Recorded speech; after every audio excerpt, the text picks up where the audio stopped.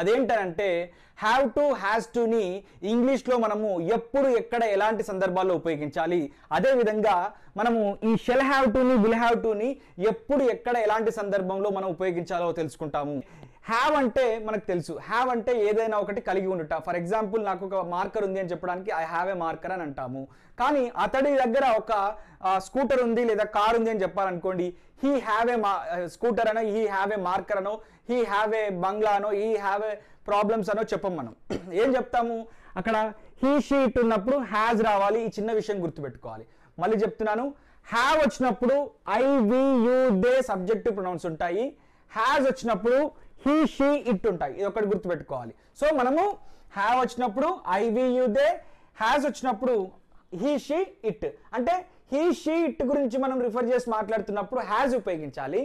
I we you they మనం refer చేసి మాట్లాడుతున్నప్పుడు హ్యావ్ ఉపయోగించాలి. సో ఇక్కడ ఈ హ్యావ్కి టుని యాడ్ చేసాం. టు అనేది ఒక ప్రిపోజిషన్. ఆ టు ఇన్ఫినిటివ్ యాడ్ చేయడం వల్ల దాని అర్థమే మారిపోతుంది కంప్లీట్గా.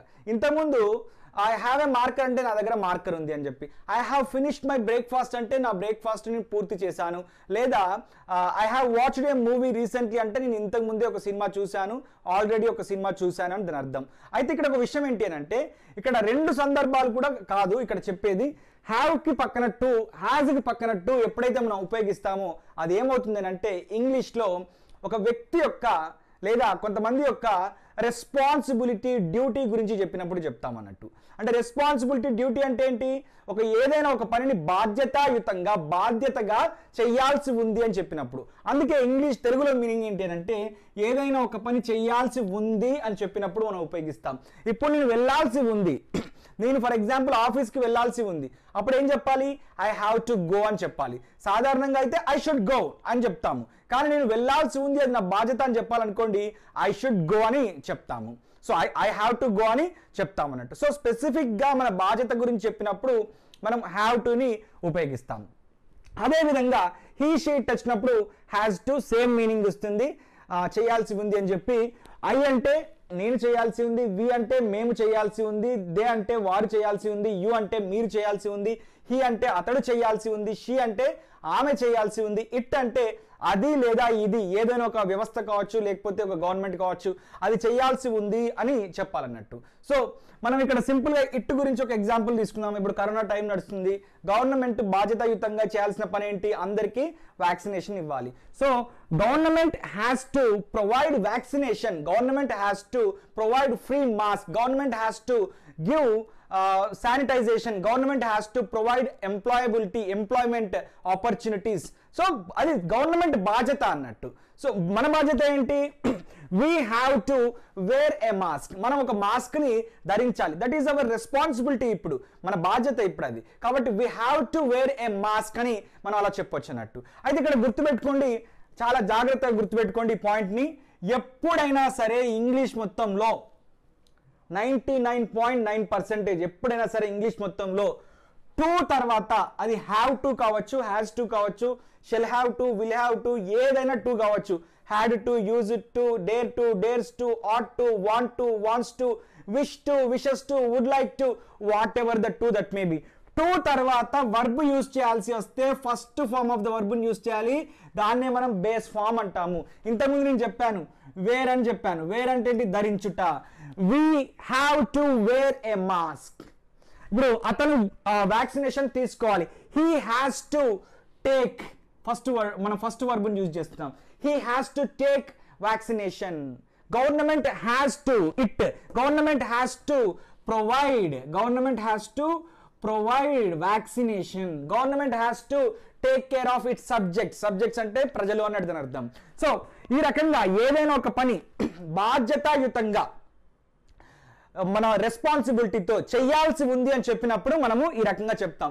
మరి జనరల్గా బాధ్యతాయుతంగా కాకుండా I have to go, I have to come, I have to take breakfast ఇలా యూజ్ చేస్తే ఏమన్నా అవుతుందా అంటే, స్పోకెన్ ఇంగ్లీష్లో అదంతా ఎవరు పట్టించుకోరు, ఎవరు పెద్దగా దాన్ని సీరియస్గా తీసుకోరు, దాని గురించి వరి అవ్వాల్సిన అవసరం లేదు. Hope you understand. టు తర్వాత వర్బుని V1 ఫామ్ లో యూజ్ చేస్తాము. హ్యావ్ వచ్చినప్పుడు మనం ఐవి యూదే ఉన్నప్పుడు హ్యావ్ యూజ్ చేస్తాము. హీ షీట్ ఉన్నప్పుడు హ్యాజ్ యూజ్ చేస్తాము. ఈ హ్యావ్ కి హ్యాజ్ కి టు యాడ్ చేసినప్పుడు మనం ఒక వ్యక్తి యొక్క కానీ లేకుంటే కొంతమంది యొక్క బాధ్యత గురించి మనము చెప్తున్నాము. అది మీకు అర్థమయ్యే ఉంటుంది. అండ్ గుర్తుపెట్టుకోండి, నెగిటివ్ కాంట్రాక్షన్కి వచ్చేసరికి మనం ఏం చేస్తామని అంటే ఈ రకంగా ఉపయోగిస్తాం అన్నట్టు. నెగిటివ్ కాంట్రాక్షన్కి వచ్చేసరికి do not have to, doesn't have to అని ఉపయోగిస్తాం. For example we have to wear a mask అని ఉంది. దీన్ని ఇప్పుడు నెగిటివ్లో చెప్పాలి. వీ డోంట్ హ్యావ్ టు అని చెప్పాలి.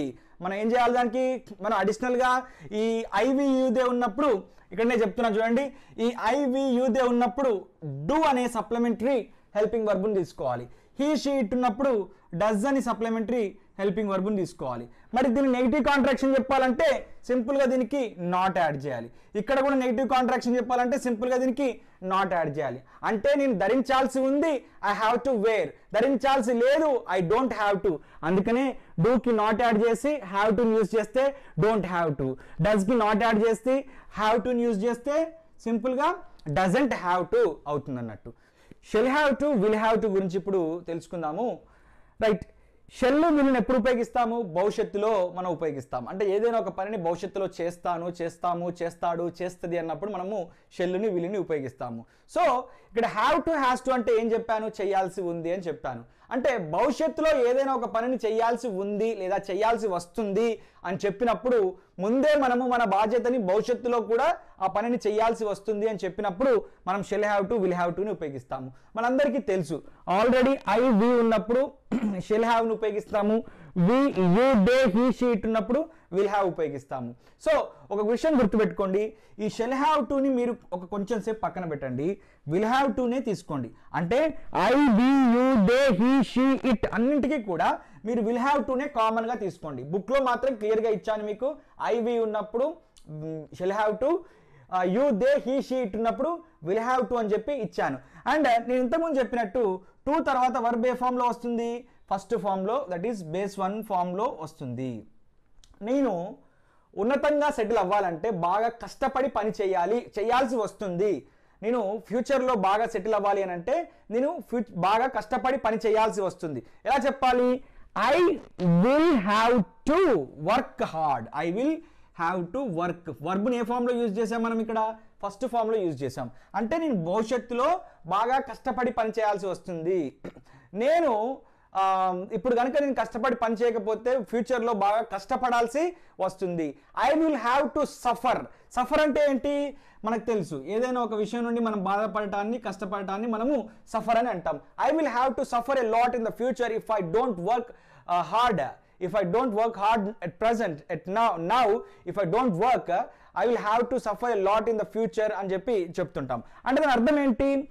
విల్ హ్యావ్ టుని ఏదైనా ఒక పని భవిష్యత్తులో చేయాల్సి వస్తుంది అని చెప్పినప్పుడు ఉపయోగిస్తాం. అందుకే ఇక్కడ రాశాను చూడండి, గమనించండి. సో భవిష్యత్తులో చేయాల్సి వస్తుంది అని చెప్పి. అండ్ అదే విధంగా ఈ షెల్కి నాట్ యాడ్ చేసినప్పుడు, విల్కి నాట్ యాడ్ చేసినప్పుడు నెగిటివ్ సెంటెన్స్, నెగిటివ్ కాంట్రాక్షన్ వస్తుంది అన్నట్టు. ఎలా? షెల్కి నాట్ యాడ్ చేసాము ఇక్కడ, అదేవిధంగా విల్కి నాట్ యాడ్ చేసాము. ఇక్కడ చూడండి, shan't have to, won't have to అయింది. ఇప్పుడు మీకు బేసికల్గా ప్రిలిమినరీగా ఒక ఐడియా వచ్చింది. ఇప్పుడు positive interrogative, negative interrogative sentence ఎలా ఫ్రేమ్ చేయాలో చెప్తాను. ఇక్కడ చూడండి, ఐ హ్యావ్ టు టీచ్. నేను బోధించాల్సి ఉంది. Teaching is my profession, it is my responsibility, it is my duty. కాబట్టి మనం హ్యావ్ టు, హ్యాస్ టుని ఎప్పుడు ఉపయోగిస్తాము? Duty of a doer, responsibility of a doer మనం దాని గురించి చెప్పినప్పుడు ఉపయోగిస్తాము. కాబట్టి have to, I have to teach అంటే నేను బోధించాల్సి ఉంది. సింపుల్గా నేను బోధించాలి అని కూడా చెప్పొచ్చు, ఐ షుడ్ టీచ్ అని. కాకపోతే నా బాధ్యతగా నేను చెప్పినప్పుడు ఐ హ్యావ్ టు టీచ్ అని కూడా చెప్పొచ్చు. అంటే మనము ఇక్కడ ఈ హ్యావ్ టు ప్లేస్లో మనం కూడా అర్థం చేసుకోవాల్సిన విషయం ఏంటి అని అంటే, షుడ్ ఉపయోగిస్తే ఏమైనా అవుతుందా? ఏమీ అవ్వదు. ఇంగ్లీష్లో మన అదే ఫ్లెక్సిబిలిటీ ఇంగ్లీష్లో ఉంది. షుడ్కి బదులు హ్యావ్ టు కూడా యూస్ చేసుకోవచ్చు. ఐ షుడ్ టీచ్ అంటే నేను బోధించాలి, ఐ హ్యావ్ టు టీచ్ అంటే నేను బోధించాల్సి ఉంది అని దాని అర్థం. She has to learn. మరి హ్యాస్ టు ఎందుకు వచ్చింది? మనందరికీ తెలుసు, హీ, షీ ఇట్ ఉన్నప్పుడు హ్యాస్ వస్తుంది అని తెలుసు. So she has to learn అంటే, లెర్న్ అంటే ఏంటి? నేర్చుకోవాలి అని దాని అర్థం. మరి హ్యాస్ టు అంటే ఏంటి? చేయాల్సి ఉంది అని దాని అర్థం. షీ హ్యాస్ టు లెర్న్ అంటే ఆమె నేర్చుకోవాల్సి ఉంది. మరి ఇక్కడ హ్యాస్ టు బదులు షుడ్ ఉపయోగిస్తే ఏమన్నా అవుతుందా? మరి ఏమీ అవ్వదు. ఆమె నేర్చుకోవాలి. షీ షుడ్ లెర్న్ అని అవుతుంది అన్నట్టు. షీ షుడ్ లెర్న్ అంటే ఆమె నేర్చుకోవాలి. షీ హ్యాస్ టు లెర్న్ అనేది కొంత మనకు మెలోడియస్గా ఉంది కదా, సో ఈ రకంగా మనము ఉపయోగిస్తుంటాం అన్నట్టు. Next we have to pay income tax. మనం ఈ భారతదేశ పౌరులుగా, ఏ దేశంలో అయినా పౌరులు వాళ్ళు చేయాల్సినటువంటి వాళ్ళ బాధ్యత ఏంటి? ప్రభుత్వాలకు పన్ను కట్టాలి. పేయింగ్ అంటే పే అంటేనే కట్టాల్సి ఉంది లేదా చెల్లించాల్సి ఉంది. అందుకనే we have to pay income tax అంటే మనం పన్నులు చెల్లించాల్సి ఉంది. అదే ఇక్కడ షుడ్కి బదులు మనం హ్యావ్ టుకి బదులు షుడ్ ఉపయోగించామనుకోండి, we should pay income tax అని చెప్పి ఏమైనా అవుతుందా? ఏమీ అవ్వదు. సో మనకి ఇంగ్లీష్లో ఉన్న ఈ ఫ్లెక్సిబిలిటీని మనం వాడుకుంటున్నాము. అండ్ ఈ హ్యావ్ టుకి హ్యాస్ టుకి మనము విల్ యాడ్ చేద్దాం. విల్ అంటే ఏంటి? భవిష్యత్తు. And have to has to అంటే ఏంటి? చేయాల్సి ఉంది. కాబట్టి ఇక్కడ మనము they will have to win అంటే ఈరోజు ఐపీఎల్ మ్యాచ్లో ఫైనల్కి వెళ్ళాలి అంటే, ఆర్సీబీ ఫైనల్కి వెళ్ళాలంటే ఈరోజు వాళ్ళు గెలవాల్సి వస్తుంది అని చెప్పాలనుకోండి, they will have to win. ఇక్కడ చూడండి మీరు, టు తర్వాత మనకు వర్బ్ ఫస్ట్ ఫామ్లో వస్తుంది. ఇక్కడ కూడా ఫస్ట్ ఫామ్, ఇక్కడ కూడా ఫస్ట్ ఫామే ఉంది. మనం అదొకటి గుర్తుపెట్టుకోండి. టు తర్వాత I will have to work hard.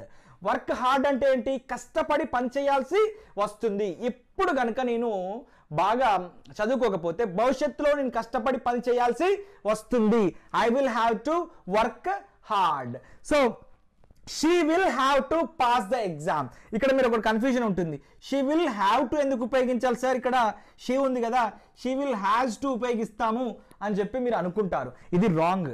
ఇది ఒకటి మీరు బాగా గుర్తుపెట్టుకోవాలి. విల్ ఆల్రెడీ ఉంది కాబట్టి, ముందు మనకి ఇక్కడ ఆల్రెడీ విల్ ఉంది కాబట్టి మనం హ్యావ్ టునే ఉపయోగించాలి. అంటే I, we, you, they, he, she, it అంతా అన్ని సబ్జెక్టివ్ ప్రొనౌన్స్కి, ఈ 7 సబ్జెక్టివ్ ప్రొనౌన్స్కి మనము విల్ హ్యావ్ టుని కామన్గా ఉపయోగిస్తాము. మనము షెల్ హ్యావ్ టు కానీ విల్ హ్యావ్ టు కానీ కామన్గా ఉపయోగిస్తాం. నేనేం చెప్పాను? మనం విల్ హ్యావ్ టు తీసుకుందామని చెప్పాను కదా, సో విల్ హ్యావ్ టు తీసుకుందాం. She will have to pass అంటే ఏంటి? ఉత్తీర్ణత సాధించాల్సి వస్తుంది లేదా పాస్ అవ్వాల్సి వస్తుంది అని అర్థం. She will have to pass the exam అంటే ఆమె పరీక్ష పాస్ అవ్వాల్సి వస్తుంది. He will have to take the vaccine. He will have to take వర్బుని మళ్ళీ మనం ఫస్ట్ ఫామ్లో ఉపయోగిస్తున్నాం. అంటే అతను వ్యాక్సిన్ తీసుకోవాల్సి వస్తుంది. అతను వ్యాక్సిన్ తీసుకోవాల్సి వస్తుంది, టీకా తీసుకోవాల్సి వస్తుంది, భవిష్యత్తులో ఒక పని అతను చేయాల్సి వస్తుంది బాధ్యతగా అని చెప్పినప్పుడు మనము ఈ రకంగా చెప్తుంటాం. దాన్ని మనము ట్రూ ట్రాన్స్లేషన్లో చెప్పాము కాబట్టి ఇలా చేయాల్సి వస్తుంది అంటున్నాం. కానీ అతను చెయ్యాలి అని చెప్పినా కూడా తెలుగులో అలా అనుకున్నా, ఇమాజిన్ చేసుకున్నా కూడా నో ప్రాబ్లం. బట్ మీకు అర్థం అవడం కోసం ఇంత సటిల్ న్యూయాన్సెస్ అన్ని కూడా చెప్పడం జరిగింది. అండ్ వీటిని నెగిటివ్లో ఎలా చెప్పాలి, నెగిటివ్ ఇంట్రాగేటివ్లో ఎలా చెప్పాలో ఇప్పుడు చెప్పే ప్రయత్నం చేస్తాను. రైట్, ఇక్కడ ఐ హ్యావ్ టు టీచ్ అంటే పాజిటివ్ సెంటెన్స్, నేను బోధించాల్సి ఉంది. మరి నేను బోధించాల్సి ఉందా అని చెప్పి దీన్ని క్వశ్చన్ చేయాలనుకోండి, ఇప్పుడు దీన్ని ఇంటరాగేటివ్ సెంటెన్స్ అంటాం కదా, దీన్ని క్వశ్చన్ చేయాలనుకోండి, అప్పుడు ఏం చేస్తాము? మనకు బాగా తెలుసు, ఐ, వి, యూ, దే ఉన్నప్పుడు have to, he, she, it ఉన్నప్పుడు హ్యాస్ టు ఉపయోగిస్తాం కదా.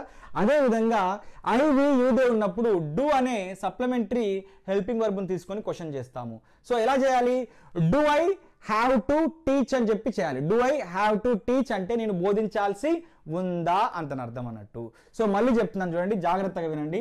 Subjective pronouns I, we, you and they ఉన్నప్పుడు మనం సప్లిమెంటరీగా అంటే క్వశ్చన్ చేయడానికి, నెగిటివ్ సెంటెన్స్ చెప్పడానికి డూని తీసుకోవాలి. ఇది ఒకటి బాగా గుర్తుపెట్టుకోండి.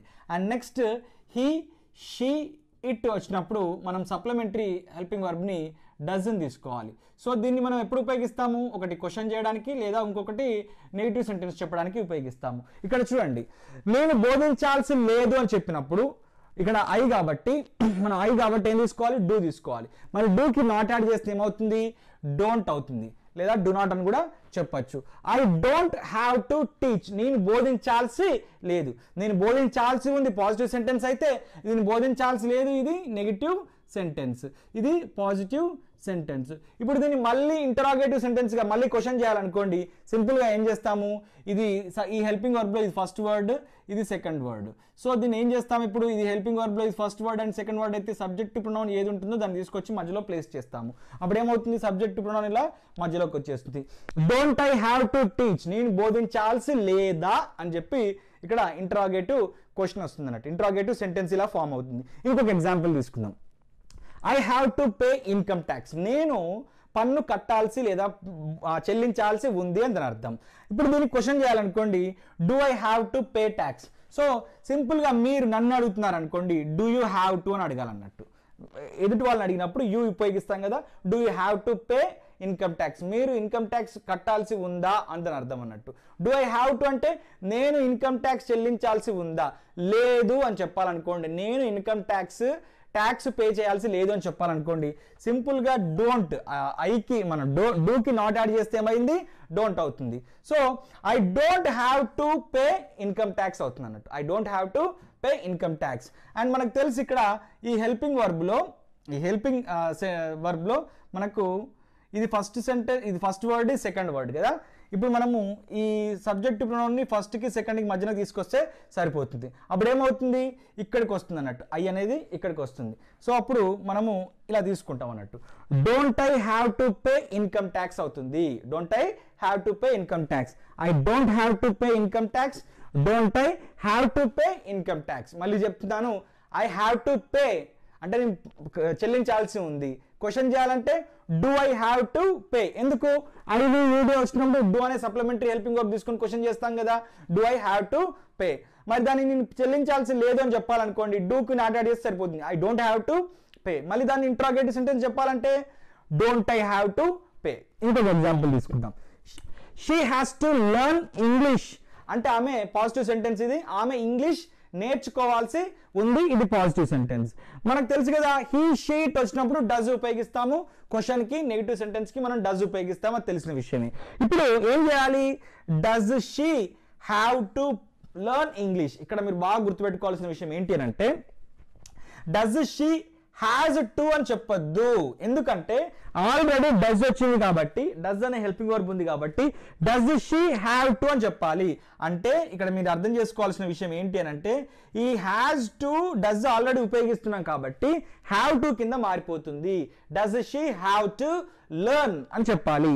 అప్పుడు మనము డస్ కి నాట్ యాడ్ చేస్తే నెగిటివ్ సెంటెన్స్ ఎలా అవుతుందంటే, she doesn't have to learn English అవుతుంది. సో ఈ హెల్పింగ్ వర్బ్లో ఇది ఫస్ట్ వర్డ్ అండ్ ఈ సెకండ్ వర్డ్ కాబట్టి మనము ఈ సబ్జెక్టివ్ ప్రొనౌన్ని ఈ ఫస్ట్ వర్డ్ సెకండ్ వర్డ్ మధ్యలో పెట్టేస్తే doesn't she have to learn అని అవుతుంది. ఇక్కడ చూడండి, విల్ హ్యావ్ టు ఉపయోగించి కొన్ని ఎగ్జాంపుల్స్ ఇచ్చాను. Positive interrogative and negative interrogative sentences.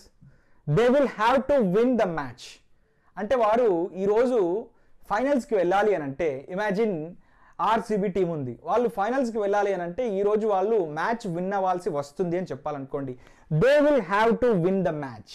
దీన్ని క్వశ్చన్ చేయాలనుకోండి, సింపుల్గా ఇది ఫస్ట్ వర్డ్ హెల్పింగ్ వర్బ్లో ఈ సెకండ్ వర్డ్ కాబట్టి, ఇది ఫస్ట్ వర్డ్ సెకండ్ వర్డ్ కాబట్టి సింపుల్గా ఏం చేస్తారు, ఈ సబ్జెక్ట్ ప్రొనౌన్ తీసుకొచ్చి మధ్యలో ఇట్లా ప్లేస్ చేస్తారు. అప్పుడు ఏమవుతుంది, క్వశ్చన్ అవుతుంది, ఇంట్రాగేటివ్ సెంటెన్స్ అవుతుంది. Will they have to win the match అవుతుంది అన్నట్టు. అంటే వారు మ్యాచ్ గెలవాల్సి వస్తుంది, వారు మ్యాచ్ గెలవాల్సి వస్తుందా అని క్వశ్చన్ అయింది అన్నట్టు ఇక్కడ. దీన్ని ఇప్పుడు వాళ్ళు మ్యాచ్ గెలవాల్సి రాదు అని చెప్పాలనుకోండి, ఈ విల్కి నాట్ యాడ్ చేస్తే ఏమవుతుందో మనకు తెలుసు కదా, వోంట్ అవుతుంది. అండ్ ఇప్పుడు ఏమవుతుంది, they won't have to win the match అవుతుంది అన్నట్టు.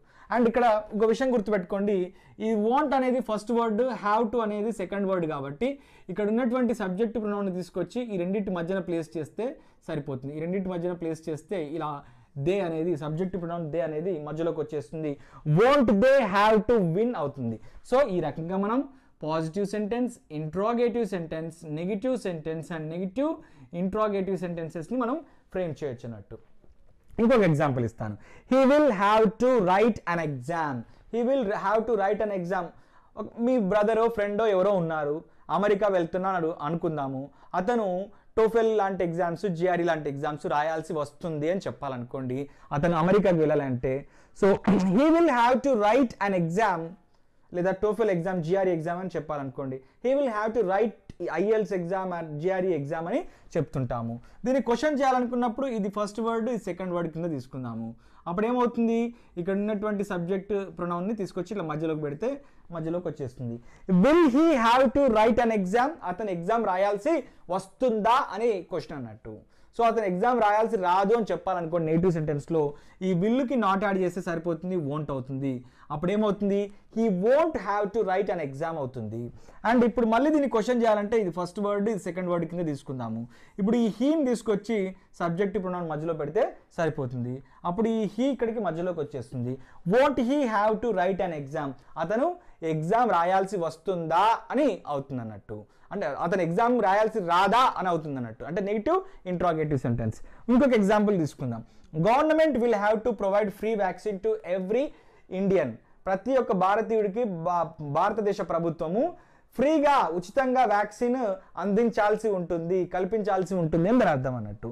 సో ఇక్కడ ఇది first word, second word. This is first word and this is second word. మనకు ఒకటే హెల్పింగ్ వర్డ్లో 2 వర్డ్స్ ఉన్నప్పుడు ఏమవుతుంది, దీన్ని మధ్యలోకి తీసుకొస్తాం. గవర్నమెంట్ మధ్యలోకి వస్తుంది, అంటే సబ్జెక్ట్ ప్రొనౌన్ ఏది ఉంటుంది మధ్యలోకి వస్తుంది. Will government have to provide free vaccine. Government free vaccine provide అంటే అందించాల్సి, సరఫరా చేయాల్సి ఉందా అని దాని అర్థం అన్నట్టు. No, government won't have to అని చెప్పాలనుకోండి, గవర్నమెంట్ విల్కి నాట్ యాడ్ చేస్తే government won't have to provide free vaccine. Government free vaccine ఇవ్వాల్సిన అవసరం లేదు అని దాని అర్థం అన్నట్టు, ఇవ్వాల్సి లేదు అని అర్థం. ఇప్పుడు ఇక్కడ వోంట్ అనేది ఫస్ట్ వర్డ్, హ్యావ్ అనేది సెకండ్ వర్డ్. అప్పుడు ఏమవుతుంది, మీరు ఈ గవర్నమెంట్ని తీసుకొచ్చి సబ్జెక్ట్ ప్రొనౌన్ మధ్యలో పెడితే ఏమవుతుంది, ఇక్కడ గవర్నమెంట్ తీసుకొచ్చి మధ్యలో పెడితే ఇలా మధ్యలోకి వచ్చేస్తుంది. Won't government have to provide free vaccine అని వస్తుంది అన్నట్టు. సో ఈ క్లాస్లో మనము హ్యావ్ టు, హ్యాస్ టు, బాధ్యతగా ఒక పనిని చేయాల్సి ఉంది అనే విషయాన్ని నేర్చుకున్నాము. Shell have to, will have to, భవిష్యత్తులో ఒక పనిని బాధ్యతగా చేయాల్సి వస్తుంది అని నేర్చుకున్నాము. ఐవి యూదే ఉన్నప్పుడు have to, he she it ఉన్నప్పుడు హ్యాస్ టుతో మనం ఉపయోగిస్తాము ప్రజెంట్లో అయితే. భవిష్యత్తులో అయితే కామన్గా నేను చెప్పాను విల్ హ్యావ్ టు కానీ షెల్ హ్యావ్ టుతో కానీ చెప్పాలి. బట్ నేను మీకు స్పెసిఫై చేసింది ఏంటి అని అంటే విల్ హ్యావ్ టుతో ఇలా చెప్పండి అని చెప్పడం జరిగింది. All the best.